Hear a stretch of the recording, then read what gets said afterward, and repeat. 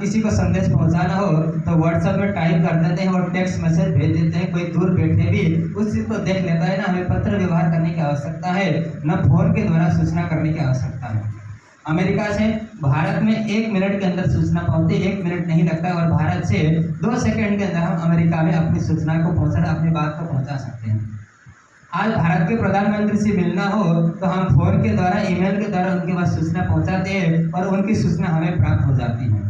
लेकिन पहले के समय पर कोई इंटरनेट की समस्या दिक्कत थी, उस समय कोई नेट तो चलता नहीं, तो कोई मोबाइल का सिस्टम था ही नहीं, तो वहाँ पर पत्र के द्वारा ही उस संदेश को पहुँचाया जाता है। यदि कोई भी उस पत्र को पहुँचाया जाता था तो या तो वो दरबार से बच कर के आ जाए, ऐसी कोई संभावना नहीं थी। तेग बहादुर आदि जितने भी जिन्होंने औरंगजेब के शासन को ललकारा और जिन्होंने अपने हिंदू धर्म को छोड़ करके मुसलमान बनने से जिन्होंने मना किया, उन सबको खोलते हुए तेल में डाल करके उनको उबाला गया और उनकी हत्या की गई। और हिंदू सम्राट कहने वाले शिवाजी, उनको भी छल से औरंगजेब ने अपने कैद में कर लिया और उनको फांसी की सजा देने के लिए उनकी तैयारी की गई। वो किस तरह से छुप करके निकलते, मिठाई के डब्बे के अंदर अपने शरीर को गुप्त से छुपा करके वो वहाँ जेल से निकल जाते हैं, नहीं तो उनकी भी वहाँ पर हत्या होने निश्चित थी। इस प्रकार से ऐसे ऐसे क्रियाकलाप को देख करके सुंदर साथ के अंदर में भय उत्पन्न हो जाता है कि यदि हम वहाँ पर पत्र पहुँचाने जाएंगे तो कहीं हमारी भी वहाँ पर हत्या न हो जाए, हमारी मृत्यु न हो जाए, ये सबको भय रहता है।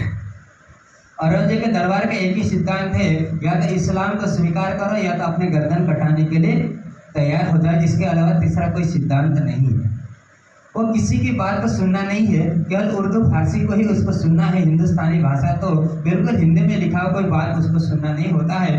इस कारण से वहाँ पर बहुत विचार विमर्श करने के पश्चात जो आशाजीत वकील था वो श्री जी के चरणों में आ चुके थे, उनको श्री जी के स्वरूप की पहचान हो गई थी। वो 22 प्रश्न जो लिखे गए थे वहाँ पर श्री जी के द्वारा उनको दिखाया जाता है और अक्षराजी धामधनी उनसे राय लेते हैं कि अब हमें आगे क्या करना है। और आशाजीत वकील ने उस 22 प्रश्नों को पढ़ा और उन पढ़कर को देखा कि इस हिंदुस्तानी भाषा में लिखी गई जो 22 प्रश्न है उसको औरंगजेब बादशाह तो देखेगा भी नहीं, उसको सुनेगा भी नहीं। इस कारण से वो तो हिंदुओं के लिए शत्रुता का व्यवहार करता है और अपने आप को तो मोमिन कहलाता है और हिंदुओं का मुख देखना नहीं चाहता है, उसको अशुभ मानता है, उसकी हत्या कर देता है। इस कारण से अपने आप को मोमिन मानता है और हिंदुओं को काफिर मानता है। इस कारण से वो 22 प्रश्नों को स्वीकार नहीं करेगा। अब इस प्रकार से अब यह बात यहाँ पर रुक जाती है। अब इसका उर्दू भाषा में इसका अनुवाद किया जाए तो वहाँ पर अब विचार विमर्श किया जाता है। अब श्री जी वहाँ पर लाल किले के दरवाजे पर 2 महीने तक रुकते हैं और वहाँ पर सभी सुंदर से एकांत में बैठ करके वहाँ पर वेद वेदांत की चर्चा होती है, क्योंकि सुंदर सा इकट्ठा होते हैं जो जैसे श्री जी के विषय में वहाँ पर बात चलती है, जैसे दूर दूर के सुंदर से वहाँ पर छुप छुप करके मिलने के लिए आते हैं, तो श्री जी रुकते हैं और ऊपर वहाँ पर धर्म गोष्ठी वहाँ पर होती है। और वहाँ पर सूफी मत के मानने वाले एक जो फकीर थे वो भी श्री जी के दर्शन करने के लिए वहाँ पर आते हैं और वहाँ पर उन्होंने श्री जी के मुखारबंद से कुरान के अलौकिक बातों को सुना और उनके अंदर उस बातों को सुनने की बहुत अधिक चाह उत्पन्न हो जाती है। उनको वो बातें बहुत अधिक अच्छी लगती है क्योंकि आज तक कुरान के विषय में इस प्रकार की बातें न तो किसी ने कहा था, न सुनने का अवसर प्राप्त होता था। और कुरान को पढ़ते थे फिर भी इस प्रकार के जो रहस्यमय बातें हैं वहाँ पर उनको समझ में नहीं आता था। इस कारण से वो ज्ञान की लालच में प्रतिदिन श्री जी के दर्शन करने के लिए और सत्संग का लाभ लेने के लिए यहाँ पर आते हैं। और वहाँ पर दयाराम भाई वो भी दिल्ली के रहने वाले थे। जब उन्होंने श्री जी की मुखारबिंद से चर्चा सुनी और उनके अंदर परमधाम की ब्रह्म सृष्टि थी और उन्होंने बहुत अटूट लेकर के वो तारतम ज्ञान ग्रहण कर लेते हैं। और नैन सुख भाई है, दयाराम भाई है, और सब कुछ श्री जी के चरणों में उन्होंने अर्पण कर लिया। और दयाराम भाई के विषय में ऐसा कहा जाता है कि उनको उस तारतम ज्ञान सुनकर के ऐसा लगा कि उनको अपार सुख और शांति का अनुभव होता है जिसका वर्णन इन मुखारबिंद से कोई भी वर्णन नहीं कर सकता है। और और इस प्रकार से जो चंचल भाई थे उन्होंने भी तारतम ज्ञान ग्रहण कर ली, उन्होंने भी सब कुछ धामधनी के चरणों में अर्पण कर दिया इत्यादि। दयाराम भाई, चंचल दास आदि जो भी सुंदर साथ थे, ये सब बाद में औरंगजेब के दरबार में संदेश देने के लिए जाते हैं, अपना सब कुछ धामधनी के चरणों में अर्पण करके वहां पर जाते हैं। और यहाँ पर अन्य सुंदर साथ थे इस प्रकार से, वहां पर दो सुंदर साथ थे, एक का नाम था हरप्रसाद और हरकरण। उन्होंने प्रत्यक्ष रूप से श्री जी के सामने आकर के चर्चा नहीं सुनी, और ये दो भाई प्रेम से चर्चा छिपके सुनते। वो श्री जी के सामने तो नहीं आए, लेकिन जब भी श्री जी चर्चा करते थे तो वहां पर आकर के वो छुप करके चर्चा सुनते थे। ईमान पूरा लिया ये पर बड़कों से डरते, इस कारण से वहां पर विरोध होता था कि तुम हिंदू फकीर के में जाकर के चर्चा सुनते हो। इस कारण से वो वहां पर आकर के घर वाले के साथ उनका डर बना रहता था, इस कारण से श्री जी से नहीं मिले और उनको चर्चा बहुत अच्छी लगती थी। फिर भी सुन करके उनकी आत्मा तो जागृत हो गई, लेकिन घर के डर के मारे वो श्री जी के सामने प्रत्यक्ष जाकर के चर्चा सत्संग का लाभ नहीं ले पाए। छुप करके जितना उन्होंने लाभ लेना था उतना उन्होंने लाभ ले लिया। इस कारण से अब भिखारी दास जी वहां पर आते हैं, और जब उनको श्री जी की पहचान होती है तो उन्होंने सब कुछ धामधनी के चरणों में अर्पण कर दिया। और भिखारी दास जी ने अपने घर में श्री जी को बुलाया और वहां पर भोजन की व्यवस्था की। बहुत खुशी होकर के श्री जी को भोजन कराते हैं और सब सुंदर साथ की वो सेवा करते हैं।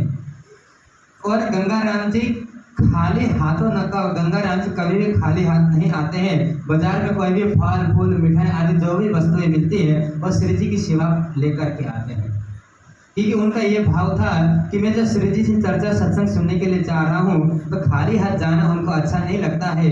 और वो तो अक्षरार्थी धामधनी है, वो हमें आत्मा की जागृति कर रहे हैं, और कुछ न कुछ श्री जी को भेंट करने के लिए उनका एक भाव रहता है, हमेशा ही लेकर के जाते हैं। और चंचल दास जी थे, उनकी वहां पर दुकानें चलती थी और घर के लोग वहां पर विरोध करते थे कि तुम कहां पर जाकर के महात्मा बनने के लिए जा रहे हो। तो घर से वो छुप करके, इसलिए यहाँ पर लालदास जी क्या कहते हैं, लियावत कर चोरी, वो चोरी करके अपने घर से मिठाई लेकर के आते थे। अपने घर की मिठाई को चोरी करके लाना तो नहीं कहा जाता है, लेकिन उस भाव को प्रदर्शित करने के लिए यहाँ पर लालदास जी ने इस बात को यहाँ पर कहा। उन्होंने अपना सब कुछ तन मन धन सब कुछ धामधनी के चरणों में अर्पण कर दिया था। तो घर के लोग इतने लालची थे, कंजूस थे कि वो एक कण भी देना नहीं चाहते थे उनको। तो छुपके से श्री जी के लिए कुछ मिठाइयाँ अपने थैली पर रख लेते थे। इसको यहाँ पर चोरी करना कहा जाता है। वो बहुत ही प्रेम से श्री जी के चरणों में ले जाकर के अर्पण करते हैं और वहां पर जाकर के चर्चा सत्संग सुनते हैं, क्योंकि घर वाले उनको जाने नहीं देते हैं। तो घर वाले के साथ लड़ाई झगड़ा करके घर में विरोध होता है और चुपके से जाकर के श्री जी के चरणों में जाते हैं। लियावे श्री राज के वास्ते अंग अंग उमंग करी, उनका अंग, उनका हृदय बहुत प्रसन्न हो जाता है कि आज मेरी सेवा अक्षरार्थी धामधनी के चरणों में पहुंच गई और श्री जी ने उस भोग को अर्पण कर लिया। तो उनका मन बहुत अधिक प्रसन्न हो जाता है और सारे कुटुंब परिवार के लोग उनसे लड़ने के लिए तैयार होते हैं। कोई भी उनके सगा संबंधी कोई भी ऐसा नहीं है कि उनके मुंह से बंधन में आ जाए, उनके बंधन उनको रख सके।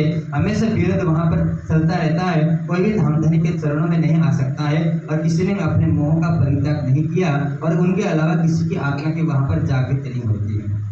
और वहां पर रामचंद्र पंसारी थे, उन्होंने धामधनी की कुछ ऊपर से पहचान कर ली, ये बहुत बड़े महापुरुष है, इनकी अलौकिक ज्ञान है। इस भावना से उन्होंने अपने अंकुर के अनुकूल कुछ धामधनी की वहां पर सेवा की। और वहां पर वेदांत पक्ष को मानने वाले जेठा महाजन करके एक सुंदर साथ थे। और जब श्री जी के मुखारबिंद से वहां पर अलौकिक ज्ञान चर्चा को सुनते हैं तो वो क्या कर लेते हैं, निराकारवाद की मान्यता को छोड़ करके वो अक्षरातीत धामधनी के चरणों में आकर के पूर्ण शुद्ध साकार जो मत है अक्षरातीत परब्रह्म की पहचान कर लेते हैं। क्योंकि तारतम्य ज्ञान के अलावा इतना नहीं कहा जा सकता कि परमात्मा के स्वरूप की किसी ने पहचान की है, क्योंकि वेद का भी कथन है कि तमसः परेस्तात्, परमात्मा का स्वरूप जो है ये प्रकृति मंडल से परे है। लेकिन तारतम्य ज्ञान न होने के कारण से सब ये निराकार तक ही परमात्मा के स्वरूप की पहचान करते हैं, कोई भी निराकार मंडल से आगे नहीं जा सकते हैं। आज सारी दुनिया को पूछेंगे तो परमात्मा का स्वरूप कैसा है, सब बोलेंगे कि परमात्मा का स्वरूप निराकार है, उसको आंखों से नहीं देखा जा सकता है, उनको केवल अनुभव किया जा सकता है, वो सर्वव्यापक है और ये सृष्टि के कण कण में है।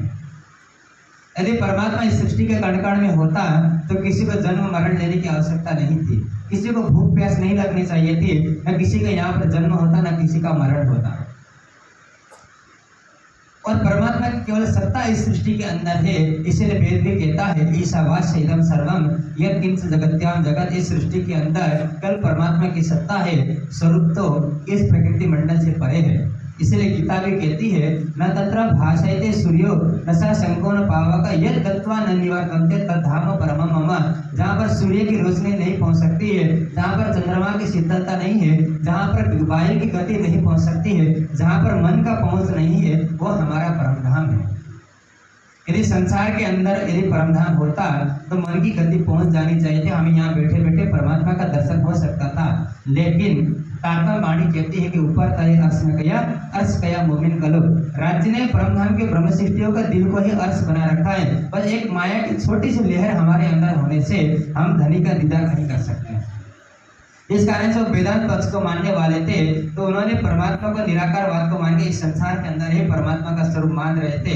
लेकिन वो परमात्मा जब सृष्टि की चर्चा सुनते हैं तो ईश्वर से उनको पता चलता है कि परमात्मा का स्वरूप इस सृष्टि से भिन्न है और सृष्टि के अंदर केवल परमात्मा की सत्ता है। और इस प्रकार से उनको सारी बात समझ में आ जाती है और उन्होंने सब कुछ अपना दान धनी के चरण में अर्पण कर दिया और अच्छी तरह से उनको ये बात समझ में आ जाती है। अब यहाँ पर सुंदर साथ अब विचार विमर्श करते हैं कि ये जो हमारी जो बातें हैं अरण्य बादशाह तक कैसे पहुँचाए जाए। अब यहाँ पर बैठे बैठे इतना समय व्यतीत हो गया है और हम एक दिन में अरण्य बादशाह के लिए मिलने के लिए तैयार नहीं हुए और वहाँ पर अपने बहुत सारे सारा तोरा मतलब वहाँ पर बहुत सारे सैनिकों के साथ छापामार युद्ध हो रहा है और जगह जगह पूरे दिल्ली के अंदर ऐसी गली नहीं होगी जहाँ पर औरंगजेब बादशाह की सेना न हो। कोई भी किसी भी तरह से औरंगजेब बादशाह छुप करके दिल्ली के अंदर कोई भी कार्य नहीं कर सकता है, उनके सैनिकों से कोई बात नहीं छुप करके वहाँ पर नहीं रहती है। इसलिए औरंगजेब बादशाह को क्रूर बादशाह कहा जाता है।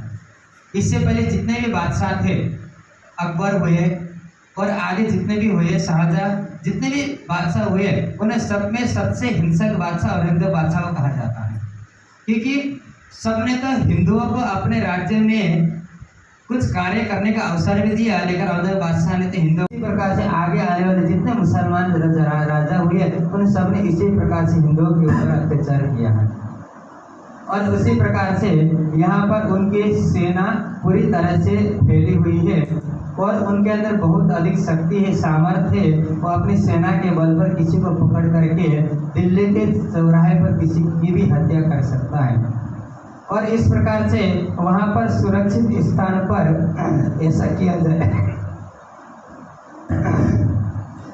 सुरक्षित प्रकार से ही वहाँ पर औरंगजेब बादशाह से लड़ाई की जा सकती है। सीधा जाकर के वहाँ पर टक्कर लेना संभव नहीं है। एक तो औरंगजेब बादशाह से मिलने के लिए पता नहीं कितने लोगों के साथ जाकर के मिलना पड़ेगा और तब जाकर के बादशाह से वहाँ जाकर के मुलाकात होगी। इस प्रकार से यहाँ पर बहुत प्रकार से वहाँ पर अब इस प्रकार से विचारधाराओं का वहाँ पर देखा जाता है और किस प्रकार से इस तरह से अज्ञानता के साथ जाकर के ज्ञान रूपी युद्ध किया जाए और औरंगजेब की आत्मा को जगाया जाए। औरंगजेब की आत्मा को जगाना कोई बड़ी बात नहीं है, लेकिन उनसे मिलना सबसे कठिन यहाँ पर सुंदर साथ को लग रहा है। किस प्रकार से जाकर के वहाँ पर चले। यदि अक्षराधीन धामधनी चाहे तो श्री महाराज जी के दिल के अंदर राज्य विराजमान है, वो जाकर के औरंगजेब की आत्मा को जगा सकते हैं। लेकिन श्री जी अपने स्वरूप को छुपा करके यहाँ पर रखना चाहते हैं और सुंदर साथ को ये शोभा देना चाहते हैं कि सुंदर साथ किस प्रकार से जागरण कार्य में अपना योगदान देते हैं। जैसे लालदास जी है आदि जितने भी सुंदर साथ हैं जिन्होंने श्री जी के साथ जा करके औरंगजेब के साथ युद्ध किया, आज उनका नाम हम सम्मान के साथ लेते हैं। उनके अंदर कोई डर नहीं था, बस एक ही लक्ष्य था कि औरंगजेब की आत्मा की जागृति करनी है। श्री जी से कोई ऐसा रहस्य नहीं छिपाता, वो जाकर के औरंगजेब से मिल करके उनकी आत्मा को जागृति भी कर सकते थे, लेकिन सुंदर साथ की आत्मा को भी संसार में शोभा देनी है और भविष्य में आने वाले सुंदर साथ को भी ये प्रेरणा मिल सके कि हम भी जागने कार्य के लिए अपना योगदान दे सकें। हमारे अंदर भी इतना सामर्थ्य होना चाहिए कि इतने बड़े बादशाह होने के पश्चात सुंदर साथ में जाकर के उनसे मिल करके पुराने पक्ष की चर्चा की, उनको जाकर के फटकार लगाई। तो आज तो वो स्थिति नहीं है, फिर भी हम सामान्य स्थिति पर भी जागने का प्रचार क्यों नहीं कर पा रहे हैं। हमारे आत्मचिंतन की घड़ी मिल जाए और हम उस प्रसंग को समझ करके हम अपने आत्म जागृति के मार्ग पर, समाज कल्याण के मार्ग पर आगे बढ़ सके। इस कारण से श्री जी ने वो सारी शोभा सुंदर को देने के लिए यहाँ पर इस प्रकार की लीला करते हैं। और इस प्रकार से अब वहाँ पर विचार विमर्श करने के पश्चात अब श्री जी दिल्ली से चले जाते हैं, शाहजहाँपुर बुढ़िया आते हैं और जो हरियाणा के अंदर पड़ता है। अब श्री जी दिल्ली से चलते हैं, शाहजहाँपुर एक तो यूपी के अंदर पड़ता है। जब सरसावत आएंगे तो सरसावत से 7 किलोमीटर आगे जाएंगे तो वहाँ पर शाहजहाँपुर पड़ता है, जहाँ पर श्री जी चलते हुए गए थे। और उसके आगे 15 किलोमीटर आगे जाएंगे तो बुढ़िया पड़ता है। इस कारण से जो 20 किलोमीटर का जो एरिया पड़ता है, 20-22 किलोमीटर का एरिया, उसको शाहजहाँपुर बुढ़िया कहा जाता है। वहाँ पर श्री जी पहुँचते हैं और जैसे ही श्री जी वहाँ पर पहुँचते हैं तो वहाँ पर अब कहते दिन दिल्ली में रख के आप चले, हम लेंगे पीछे से खबर, जाएंगे उस जगह। जब श्री जी अब दिल्ली को छोड़ देते हैं, कुछ सुंदरहाल को लेकर के वहाँ से शाहजहाँपुर बुढ़िया आ जाते हैं और वहाँ पर कुछ सुंदर साथ छुप करके रहते हैं ताकि वहाँ पर सुरक्षा का दृष्टि बने रहे। और सुंदर साथ को एक जगह पर रखा जाता है और कुछ सुंदर साथ श्री जी के साथ वहाँ पर चले जाते हैं। और वहाँ से 200 किलोमीटर के दूर पड़ता है शाहजहाँपुर बुढ़िया, तो वहाँ पर श्री जी जाते हैं और वहाँ पर जो सुंदर साथ थे उनकी सुरक्षा के लिए जो कुछ पुरुष सुंदर साथ थे जो शरीर से सामर्थ्यवान थे, वहाँ पर कुछ बच्चे भी थे, कुछ माताएं थी, उन सबको सुरक्षा की दृष्टि से वहाँ पर एक हवेली लेकर के वहाँ पर रखा जाता है। किसी भी तरह से सुंदर साथ की सुरक्षा वहाँ पर करनी है। अब यहाँ पर श्री जी अब वहाँ पर पहुँचते हैं और वहाँ से अब फिर श्री जी वहाँ से दिल्ली पहुँच जाते हैं। और जैसे श्री जी वहाँ पर दिल्ली पहुँचते हैं तो वहाँ पर कुछ सुंदर साथ वहाँ पर सूरत से आ जाते हैं। सूरत से और लक्ष्मीदास जी वहाँ पर श्री जी के दर्शन करने के लिए पहुँचते हैं और उनके साथ उनकी बेटी यमुना जी भी वहाँ पर आती है और उनका भाई था नारायण दास जी, वो भी आते हैं और गोविंद दास जी वो भी श्री जी के साथ वहाँ पर रहने के लिए आते हैं। और उनकी पत्नी का नाम था रामबाई, वो भी बहुत ही श्रद्धा के साथ श्री जी की सेवा में वहाँ पर आते हैं। और दिल्ली में लक्ष्मीदास जी ने अपने कुछ घर मकान ले लिया और वहाँ पर रुकना शुरू कर देते हैं।